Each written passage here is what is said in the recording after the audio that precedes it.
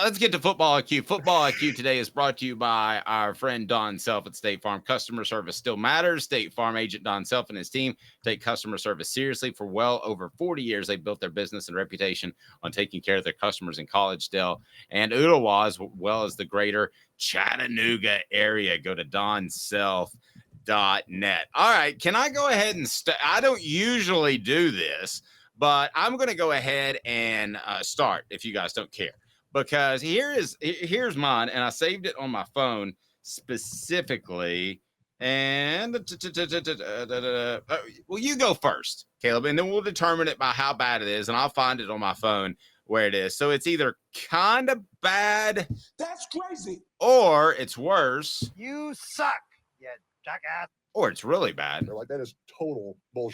Peyton, that's not how you want to be perceived. All right. Yes.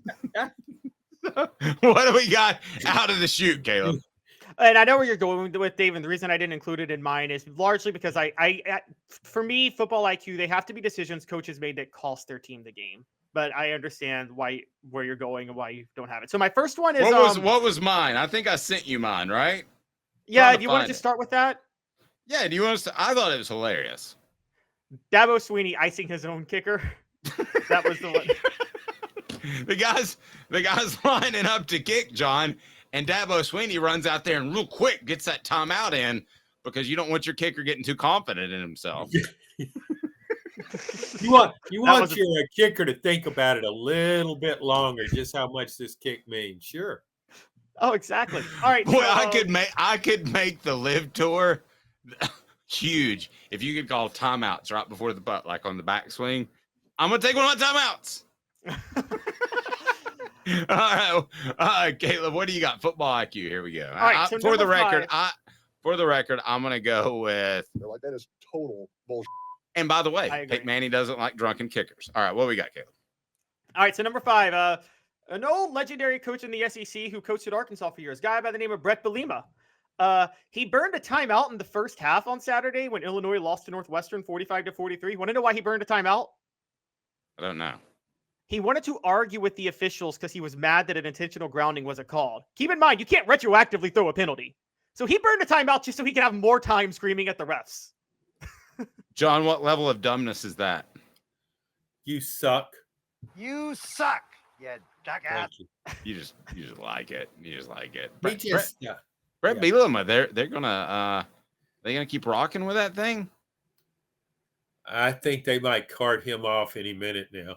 Yeah, or he could just go to Vegas and magically meet another lady that works in his own office back in Fayetteville, Arkansas, and they turned out to get married, and that was just a chance meeting. All right. It will be a big cart, too. Right, bulimic. All right, Caleb, what else? All right. Well, we now know why Tom Allen does not have a job anymore. Got fired on Sunday, and he deserved his firing. I wouldn't even remind me who Tom Allen is. He's the head coach at Indiana. Okay. Yes. Tom Allen, Indiana lost to Purdue 35-31 over the weekend. Here's why they lost. The score was tied at 28, and Indiana got to the Purdue 28-yard line with about 7 minutes to go. Tom Allen, in his brilliant mind, decided there's 7 minutes to go, and I'm at the Purdue 28. I can play for the game-winning field goal now. So he ran the ball 3 straight times and ran 2.5 minutes off the clock and sailed for the field goal. Not realizing that Purdue still has like 4.5 minutes, and in that 4.5 minutes, they went and scored a game-winning touchdown to win 35-31. So he settled for the field goal. John, do we get spoiled sometimes watching SEC football because the majority of the coaches aren't dolts, except for the ones Tennessee hired in the 2010s? This segment won't show that, but sorry. So I guess not, John. No, Caleb, we don't get spoiled. Yeah. Go ahead, Caleb. What's next, Caleb? All right, so Matt Rule for the second time in 3 weeks makes it, and I still believe in Matt Rule, but y'all know my theory on timeouts. He called a timeout to decide to punt on 4th and 4 at the Iowa 42 in the second half, and Iowa won the game 13-10 against Nebraska. I was watching that too, and I thought of Caleb when he did that. You thought of Caleb specifically? Yeah. That's good. All right. We'll give that a. You suck, you jackass. All right, Caleb. What else you got? All right, see the two SEC coaches are my favorites, so I got I to can't go believe to you're going SEC after what I just said. I feel like an idiot now. Well, Mario Cristobal is going to have some company with these two. So number 2, who watched that Billy Napier just masterpiece of like failure on Saturday against Florida State? Oh, I did, and that is, you don't even have to mention the play. And if you're Tennessee, you want him to keep his job as long as possible. But here's what Peyton says about that game. They're like, that is total bullshit. All right, so let's break down the play. So in the first half, Florida has a chance to step on Florida State's throat. It's 10-0. They get a safety. They return a punt to the Florida State 45-yard line. It's 1st and 10 at the Florida State 45. They're up 12-0, dominating. Billy Napier, in his incessant brains, decides, you know what would be great right now? A double reverse flea flicker. They won't be expecting that. I'm like, yeah, they're not going to be expecting you to be that stupid. And, of course, they do the double reverse flea flicker, get an intentional grounding penalty, and that kills that one drive, allows Florida State to get back in the game with the touchdown at the end of the first half to make it 12-7. I hate when coaches get creative when they don't have to get creative. I haven't even pointed out that in the second half, Billy Napier burned a timeout to punt, and he burned a timeout to kick a field goal in the second half. But just a clinic of just pathetic coaching by Billy Napier.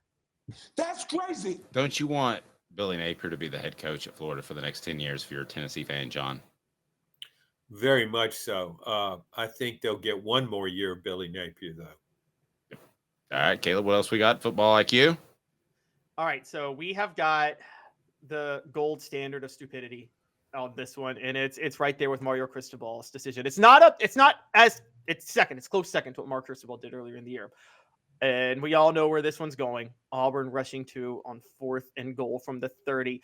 I don't know what's dumber, rushing 2 or having a guy in spy, because what, you think Jalen Milroe is going to run it 30 yards for a touchdown to try to win the game? You know what that reminded? That was just bad all around. That was bad defense. You suck, you jackass. What did you think of the way the Alabama-Auburn game ended, John? Because Caleb was absolutely right. Listen, you either decide you drop guys into coverage, you drop 7 or maybe even 8. But what they did is rush 2 defenders and another guy standing around waiting for Jalen Milroe to run. What did you think of the way that game ended? Oh, I mean, that's a pet peeve of mine. I'm not even rushing just 3. I'm rushing at least 4. You got all these guys back there supposedly defending a deep throw, and it's as though they're just back there having a seminar. I mean, some of them are just taking up space. So to me, you pressure a guy. You don't want him to be able to sit back. Go back to Josh Dobbs in Athens, Georgia, when he was able to set up and throw that Hail Mary. He had all day back there, gets everything just so, and launches a perfect throw. You don't let a guy get off a perfect throw in that situation. That was just dreadful. Nope, I agree. Portions of the program brought to you by City Heating and Air Conditioning. 50 years in East Tennessee. Integrity matters. Don't trust a fly-by-night HVAC company to tell you that you need a new unit. It could cost you thousands or more. cityheatandair.com. All right, John. The 3 smartest coaches in the SEC are Kirby Smart. Yes. Nick Saban. Yes. Lane Kiffin. I'll go sober Steve Sarkisian. All right. What about your 3, Caleb? I'm going to go and see Kirby Smart and Nick Saban are they have the easiest jobs in America. But I will say I can't ignore Nick Saban, even though he almost cost Alabama the game by burning a timeout to avoid a 10-second runoff on Saturday, which actually would have made my football IQ list had Hugh Freeze not decided to be dumber. So it was Dumb and Dumber on Saturday between Saban and Freeze. So just because of that, I'm knocking Nick Saban off the list for right now. Forget it. I don't even care. I'm going Mike Elko, Jeff Levy, Josh Heupel. John, great stuff, sir. How do we? John's look says everything. No. John, you're let me get back to you. How do we follow your fantastic work? Or do you want to? Did you finish? You had 3rd with Lane Kiffin. Okay. Yeah. KnoxNews.com or Knoxville News Sentinel, and you can hear our SEC podcast with Blake Topmeyer on SESC Unfiltered, and that's usually published on Tuesday.